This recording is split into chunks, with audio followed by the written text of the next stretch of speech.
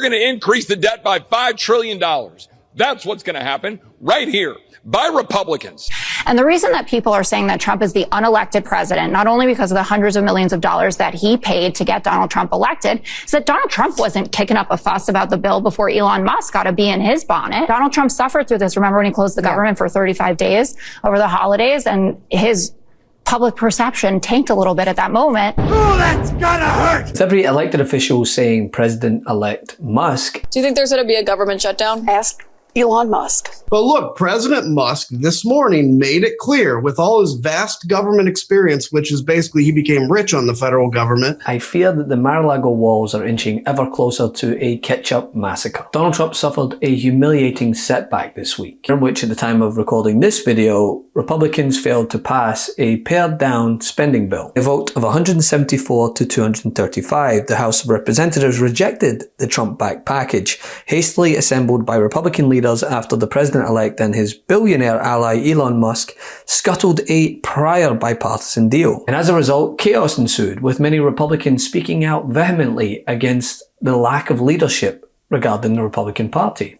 This just stinks. That's why America doesn't trust government, and it's for good dadgum reason. And you said shut it down. That's what it takes to bring us to the table. Any extra supplemental ought to stand on its own merits and not be attached to it, and it ought to have pay-fors, and the debt limit must not be increased without commensurate spending cuts and fiscal reform. When I ran for office, I said that I would not vote to raise the debt ceiling. And so I've never voted to raise the debt ceiling.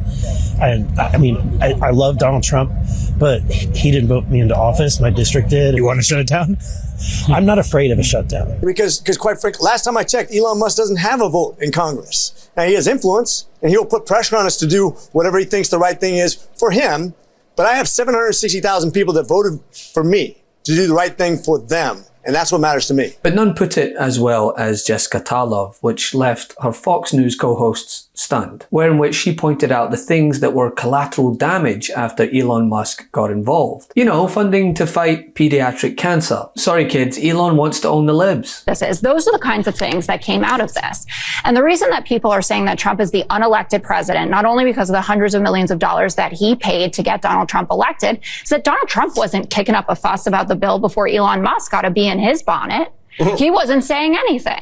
And then Musk gets mad and floats things about bioweapons labs and the stadium, the DC stadium thing, which he got completely wrong. And suddenly this is happening. So I don't want anyone to have a day without their paycheck, let alone during the holidays. And Donald Trump suffered through this. Remember when he closed the government for 35 days over the holidays, and his public perception tanked a little bit at that moment. And obviously we don't want that, but Democrats, why should we help out with this? Don't you want to go to Christmas vacation? Well, why don't you call up Chip Roy? Invite him on your show. I'm not calling him. Why?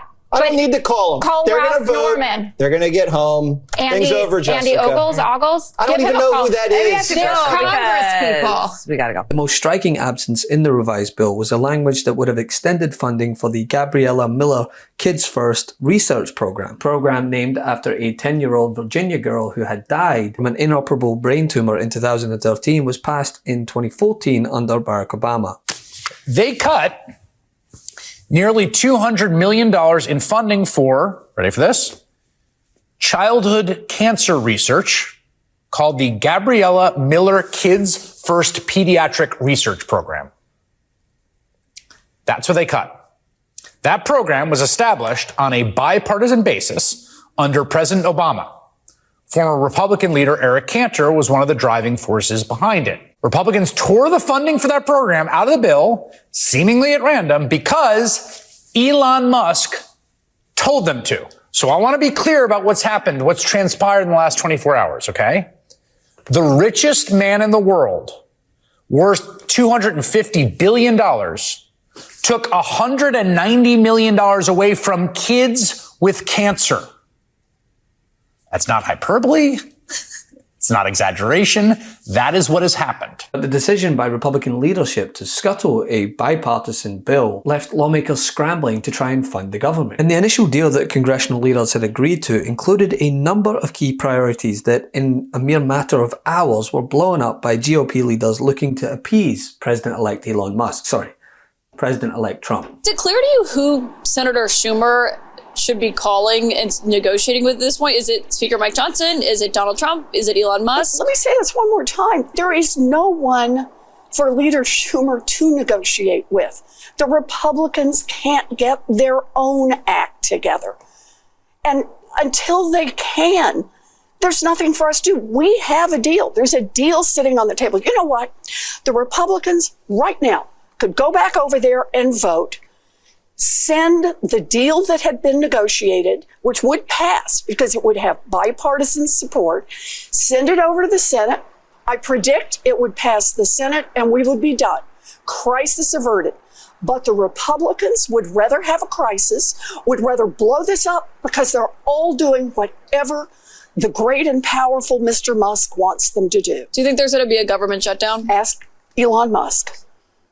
Senator Elizabeth Warren, we'll see if he joins us out here on the balcony. Thank you for that. Elon, an unelected official, has already shown how much influence he will have as we approach a second Trump term. I think it's really important to explain to people the why. Right? Why is Donald Trump engaged in this relentless campaign to try to silence journalists, media companies, and his political opposition? It's because he's trying to steal from you.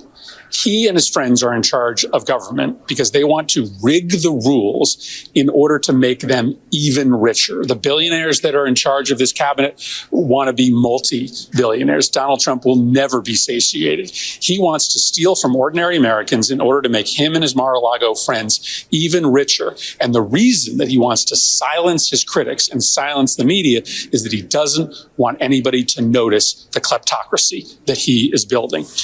Unless you tell that story, right, how does it impact you, right? Because, I mean, does the average citizen really care about whether ABC News settles a lawsuit or not? No, but they do care. While the slimmed-down bill that Trump endorsed in its place failed to pass the House, few people expected that the initial deal would make a comeback, meaning those components that are on the chopping block after Elon Musk's influence will likely not come back. As a result, a slew of lawmakers, both Democrat and Republican, have pointed out how this is indicative of what is to come, where Republicans are set to not only hold a slim majority in House and Senate, but the presidency. So Trump is saying you're getting in the way of a Republican victory for cheap publicity. What's your reaction to that? I've been able to read. All we're doing is trying to talk about how to get a deal done so we can actually cut spending. Do you plan to talk to him to smooth things over?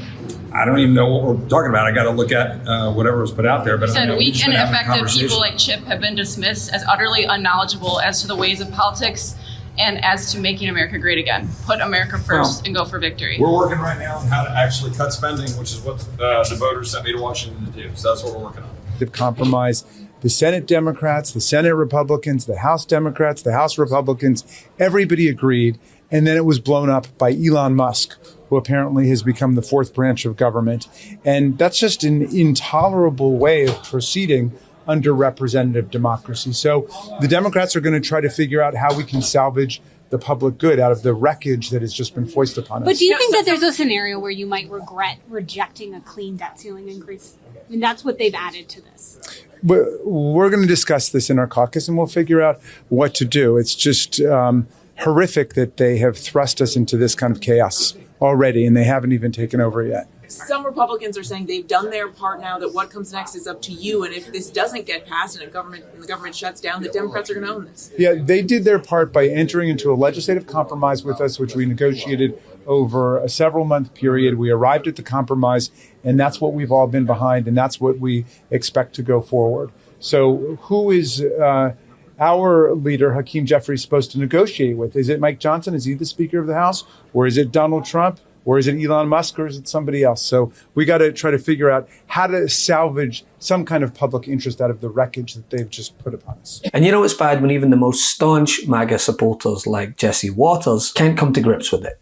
Let's vote on the foreign aid. Let's vote on farm and agriculture. Let's vote on spending in the CR. Let's do it separately. Okay. This would have been a lot easier. Right. I mean, but what have you guys been doing then for the last 85 days?